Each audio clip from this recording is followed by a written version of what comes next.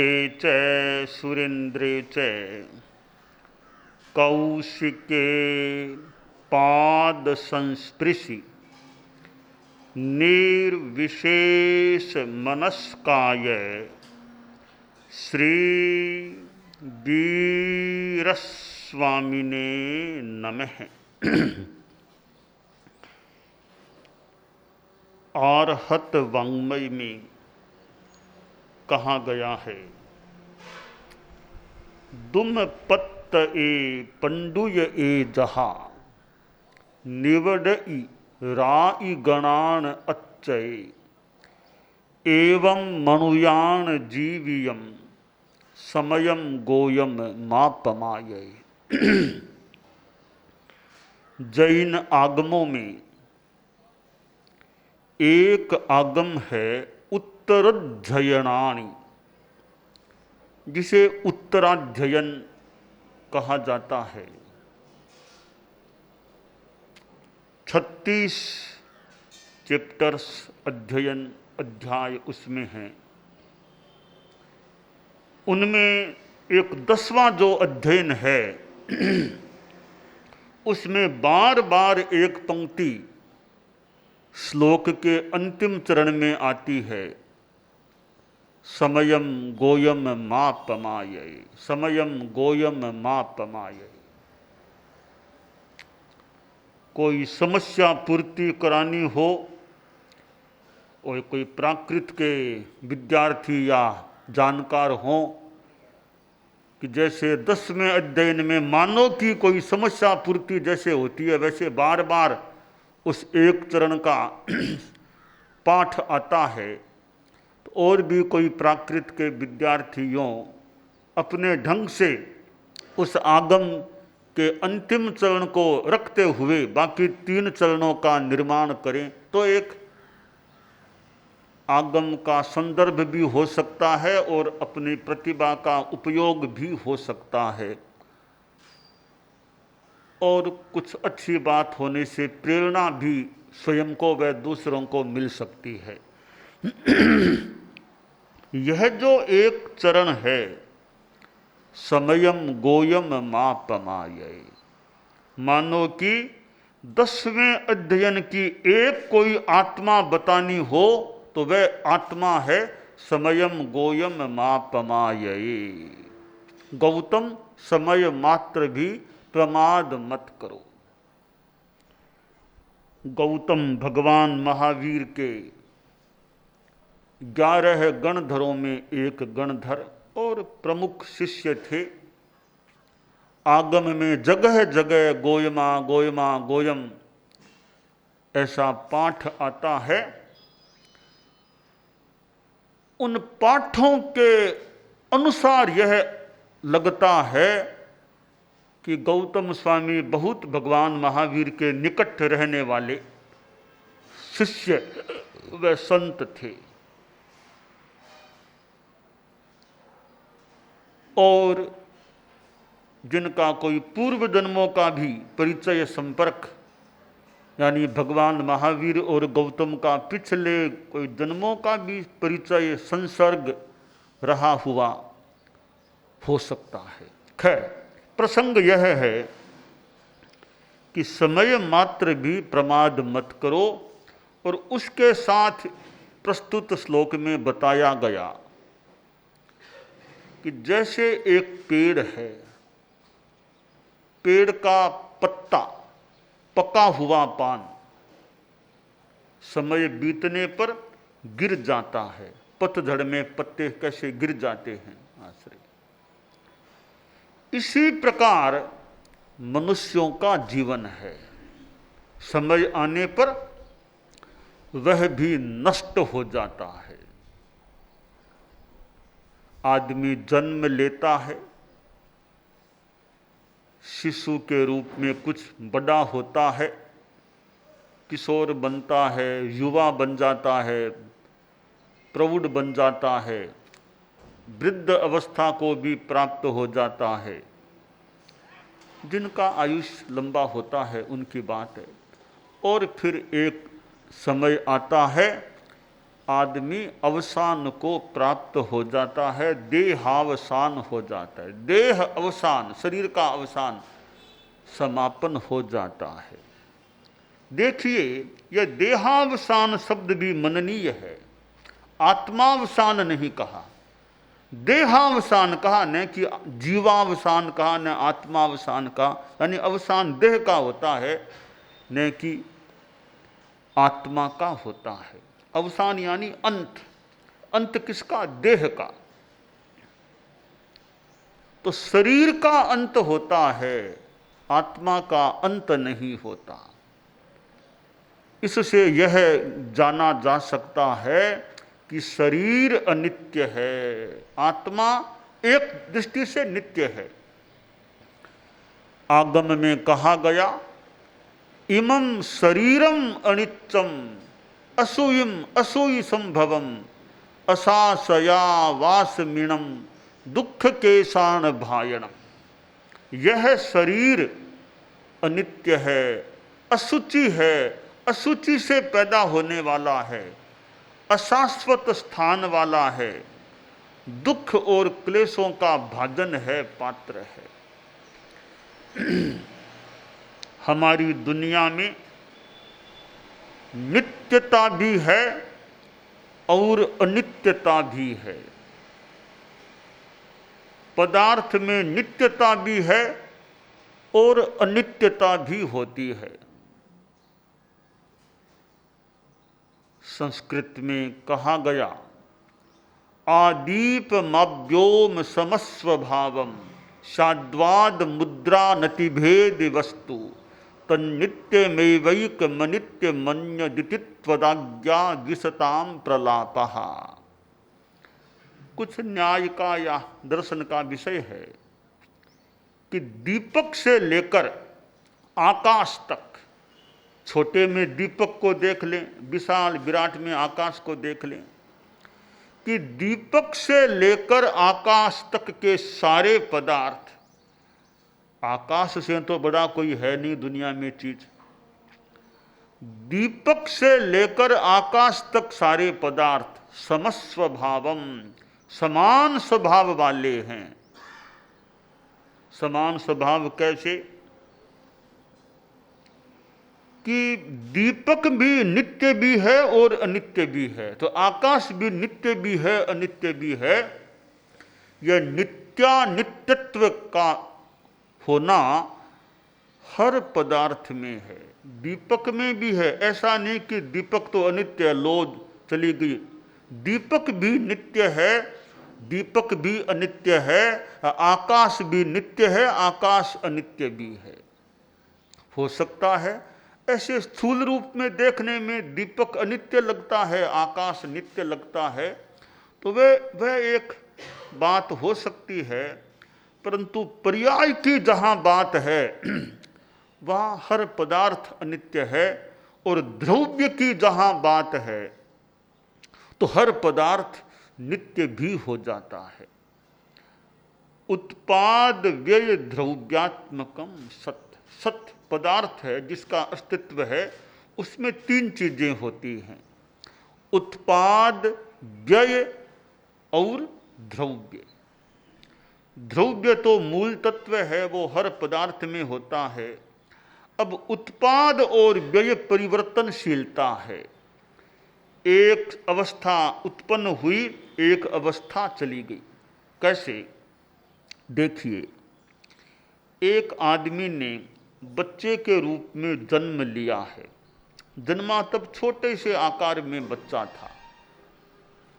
अब 10 वर्ष का हुआ तो कितना बड़ा हो गया, किशोर है। फिर 20-22 वर्ष का हुआ, युवक हो गया।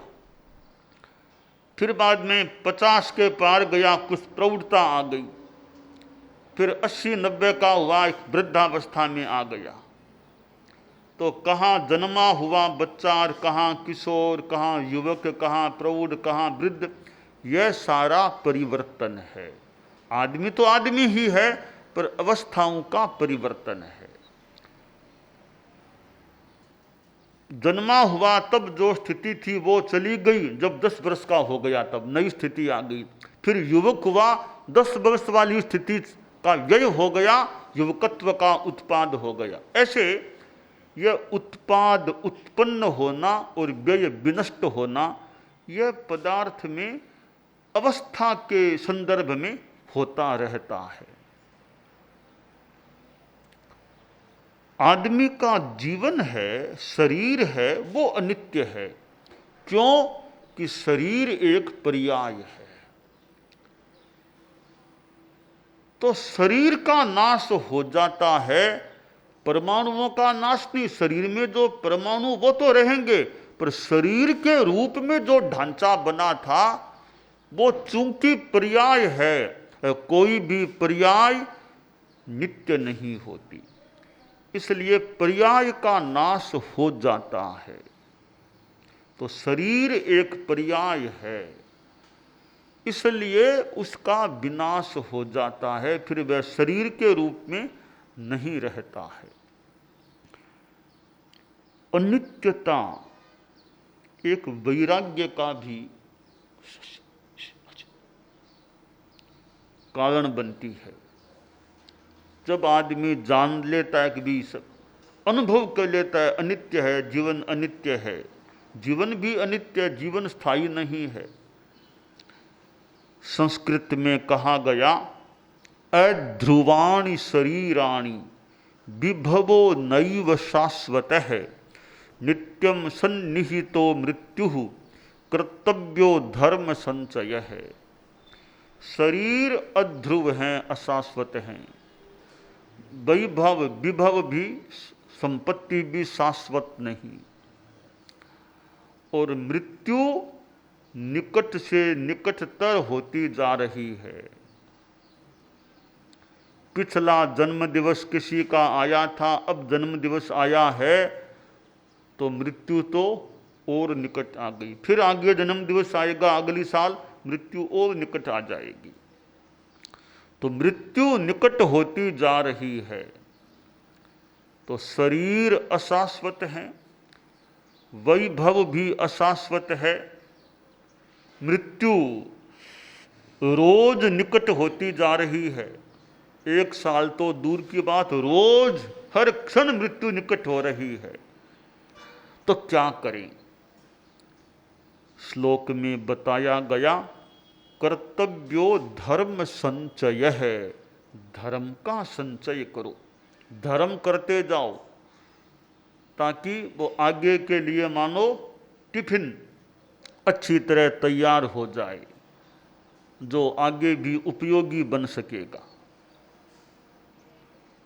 तो जीवन की यह अनित्यता एक वैराग्य का कारण बन सकती है। वो मसाणिया बैराग की बात आती है। आदमी किसी की डेथ हो जाए, शव यात्रा में जाए, स्मशान में दाह संस्कार होता है, तो एक बार आदमी के मन में आ सकता है कि अरे जीवन की क्या स्थिति है, धर्म करना चाहिए, ये आदमी चला गया, मुझे भी कभी जाना है, जीवन अनित्य है। तो एक बार वो मन में वैराग्य का भाव आ सकता है।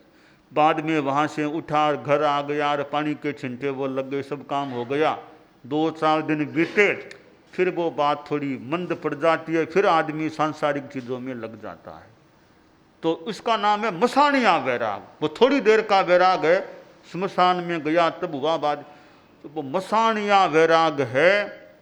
वो मसाणिया न रह करके शाश्वत रूप में लंबे समय का वैराग्य हो जाए तो कोई अच्छा काम हो सकता है। क्योंकि मृत्यु तो अवश्यम भावी है। कहा गया, स्वर्ण भस्म के खाने वाले इसी घाट पर आए, दाने बीन चबाने वाले इसी घाट पर आए, गगन ध्वजा फहराने वाले इसी घाट पर आए, बिना कफन मर जाने वाले इसी घाट पर आए। स्मशान घाट है कि कोई भी हो, यानी आखिर अवसान होता है। अनेक हमारे गीत, संत लोग भी हमारे गाते हैं गीत, जिनमें जीवन अनित्य है, शरीर अनित्य है, शरीर का भरोसा नहीं, ऐसी ऐसी बातें होती है। तो ये गीत भी एक मानो अनित्यता का बोध कराने में सहायक बन सकते हैं।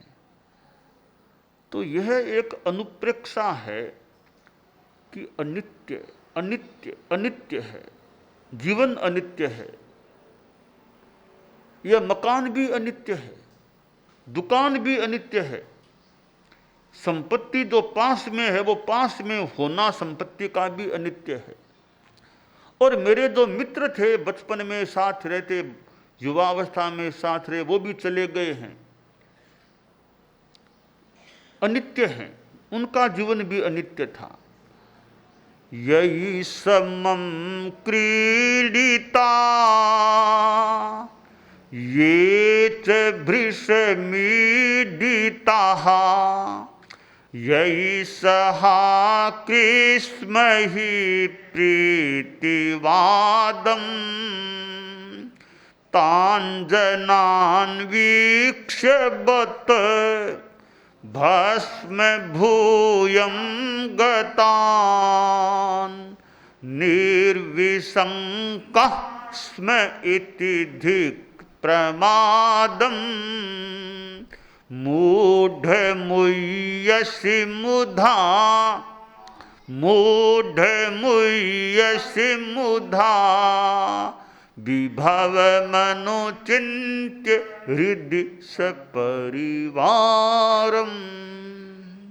आचार्य उपाध्याय विनय विजय जी का शांत सुदारस भावना का यह पहला गीत है।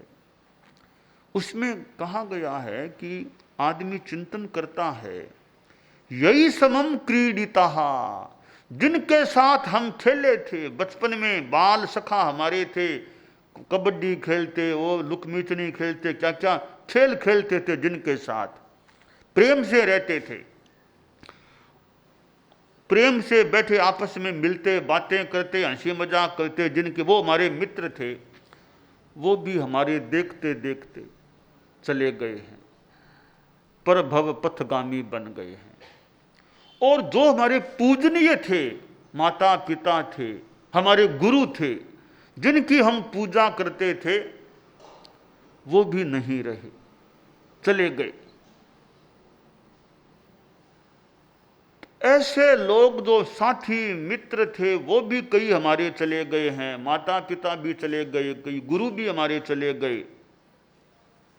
तो इतनों को गया हुआ जान करके भी आदमी निशंक बैठा है, मानो कि मैं तो अमर हूं, अमरा यही, मानो मैं तो अमर अमर की तरह आचरण करता आदमी, आसक्तिमान आदमी के निश्चिंत बैठा है, मानो आगे जाना ही नहीं है, कि यहीं बैठे रहना है। कि निर्विशंक में हम निर्विशंक बिना शंका के बैठे हैं, कोई जागरूकता नहीं आई धर्म ध्यान साधना की, अच्छा जीवन जीने की। इस हमारे प्रमाद को धिक्कार है। इतनों को देख लिया, गुरु चले गए, माँ बाप चले गए, कई मित्र चले गए, अरे आखिर कभी तो मुझे भी जाना है। पर यह बात मानो दिमाग में जमी नहीं कि मुझे भी कभी, वो गए वो गए वो गए, तुम भी कभी जाओगे, यह बात दिमाग में मानो जमी नहीं है। इसलिए प्रमाद में आदमी रह जाता है। तो इस प्रमाद को धिक्कार है। देखते देखते कितने लोग चले जाते हैं, कई पीढ़ियों की पीढ़ियां, एक आदमी के देखते देखते एक परिवार की कई पीढ़ियां चली जाती हैं। तो यह अनित्यता है कि मृत्यु होती है और मृत्यु अवश्यम भावी है। इस सारे संदर्भ में हमें ध्यान क्या देना चाहिए कि जीवन अनित्य है, तो आत्मा भी वैसे तो नित्य अनित्य दोनों है, पर आत्मा द्रव्य जो है वो स्थायी है, आत्मा आगे जाती है। तो हम आत्मा का हित हो वैसा करें, संबर निर्जरा धर्म ध्यान, अच्छा चिंतन, अच्छा आध्यात्मिक कार्य करें, ताकि मेरी जो आत्मा आगे जाने वाली है उसका कल्याण हो सके, यह मानो सारांश है इस अनित्यता के चिंतन का।